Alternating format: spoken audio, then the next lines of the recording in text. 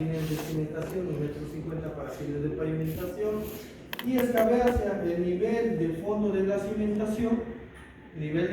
cimentación, que es menos 3 metros, muy bien, para edificaciones sin sótano.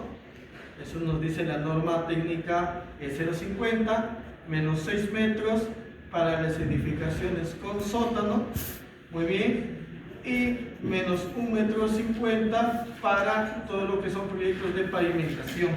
Entonces tenemos esas características, tenemos un nivel de fondo de cimentación y hemos tenido en cuenta que a partir de ahí nosotros hemos hecho la selección de las muestras. Supongamos que tengo 2 muestras nada más, sin muestrar, porque es un material contaminado, muy bien, un material contaminado como un relleno, muy bien. Y tengo una muestra 1 de una calicata 1 que va a tener coordenadas este, norte y z a través de su plan de calicatas, y una muestra 2, muy bien. Entonces yo voy a obtener estas características del suelo, ¿no? Acá hago una descripción, muy bien, visual, manual, ¿no? De lo que estamos haciendo de las características.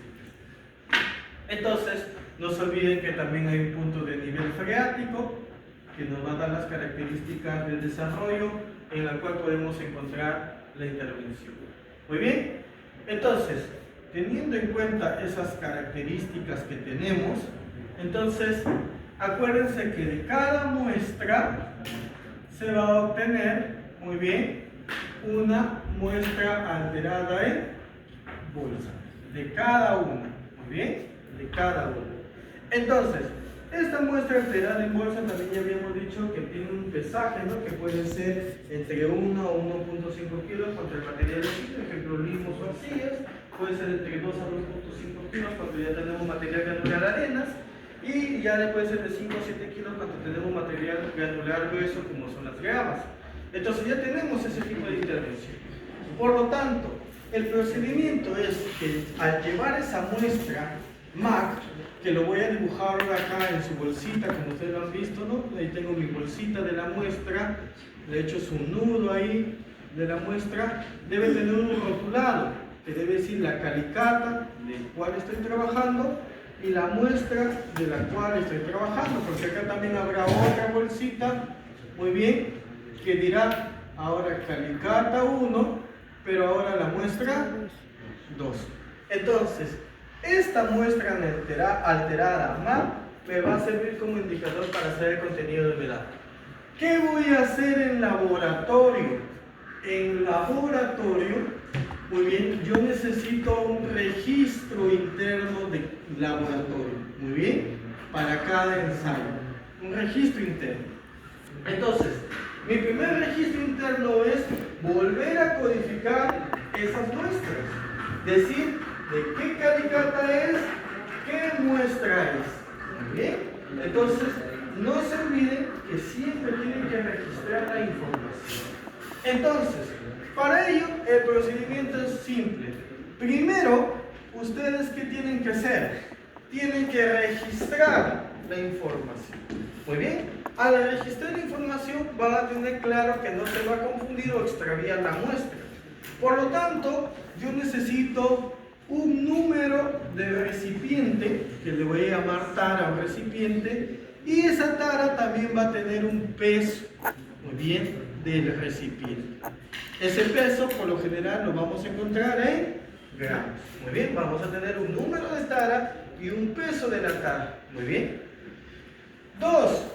Una vez que ya tengamos el número de la tara y el peso de la tara configurada, entonces ahora sí ingresamos el material húmedo. Muy bien, porque esta es una muestra húmeda. Muy bien, una muestra húmeda. Entonces voy a tener el peso de la tara más la muestra húmeda. Muy bien, y ello va a estar en gramos. Debo tener mucho cuidado el sesgo de la balanza. Hay balanzas de precisión de más o menos 1 gramo, más o menos 0,1 gramos, más o menos 0,01 gramos. ¿Y de qué va a depender? De tan pequeño la muestra, el sesgo tiene también que ser mínimo. Muy bien. Entonces, una vez que pase el peso de la tara más la muestra húmeda, el trabajo es fácil. esa muestra lo llevo a un secado en horno. Muy bien. Ese horno tiene que ser un horno de laboratorio, no puede ser cualquier horno, tiene que ser un horno con la temperatura controlada. Y esa temperatura controlada está en 110 más menos 5 grados Celsius. Muy bien, la temperatura. Muy bien, entonces ya tenemos un horno de configuración controlada. Por lo tanto, 3, tengo que pasar al secado en horno. Muy bien, con una temperatura de 110 más menos 5 grados Celsius, que ya están configurados los hornos ahí. Y yo tengo que hacerlo por una duración de 24 horas más menos 4. Muy bien. Entonces, por lo general, no nos hacemos ningún problema y les mandamos de un día para otro. Muy bien. Sin embargo, va a tener mucha repercusión cuando el material tiene materia orgánica. Si tiene materia orgánica, se puede quemar el suelo, la materia orgánica. Entonces, para ello existen otras técnicas como ya no hacer un secado en horno, sino un secado en estufa, ¿no? Y tú ya vas controlando el secado hasta que tú te des como criterio la decisión de decir ya no hay humedad. Muy bien. Entonces, una vez que tú ya hayas secado en horno, el cuarto procedimiento es pesar de nuevo. Y ahora pesas la tara más la muestra que perdió la humedad y se convierte en una muestra seca. Muy bien. Entonces, tenemos ahí esa configuración. Muy bien. Tener en cuenta que no es automáticamente sacar la muestra de ahí, eso ya les va a decir el ingeniero, porque acá vamos a pasar al laboratorio. Ya no es necesario sacar directamente, tengo que esperar que se aclimate la temperatura ambiente para generar. Pero acá necesitamos un detalle: el peso de la tara más la muestra húmeda debe ser mayor que el peso de la tara más la muestra seca. Eso es lógico, ¿no? Esto de acá no debe ser lo contrario, es algo lógico. Muy bien, porque se está perdiendo la humedad. Y si veo que el peso de la tara más la muestra seca es mayor que la tara más la muestra húmeda, entonces indago qué sucedió. Capaz de confundir de muestra, ¿no? Entonces, capaz estoy pensando otra muestra que está cerca, pero fue mayor, ¿no? Entonces, y ahí empiezan a distorsionarse los trabajos. Y 5, calculamos, ¿no? Realizas el cálculo. Entonces, el cálculo está configurado mediante la siguiente fórmula: contenido de humedad, aunque antes de ello podemos desglosarlo. Podemos decir que el peso de la muestra húmeda será igual a ¿quién? Al peso de la tara más la muestra húmeda menos el peso de la tara más la muestra seca, porque se van pesos de tara y queda húmedo menos seco, y es el peso del agua, que en este caso lo vamos a corregir y es peso del agua.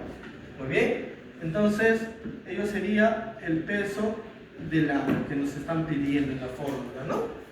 Y el peso de la muestra seca, muy bien, será igual a ¿quién? Al peso de la tara más la muestra seca menos el peso de la tara.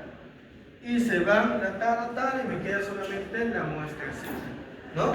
En este caso es el peso de la muestra seca. Muy bien. Entonces, como ya tenemos esos dos valores, aplicamos contenido de humedad es igual al peso del agua entre el peso de la muestra seca multiplicado por 5. Y ya tenemos ahí nuestra primera fórmula, que es contenido de humedad. Muy bien. ¿Estamos claros?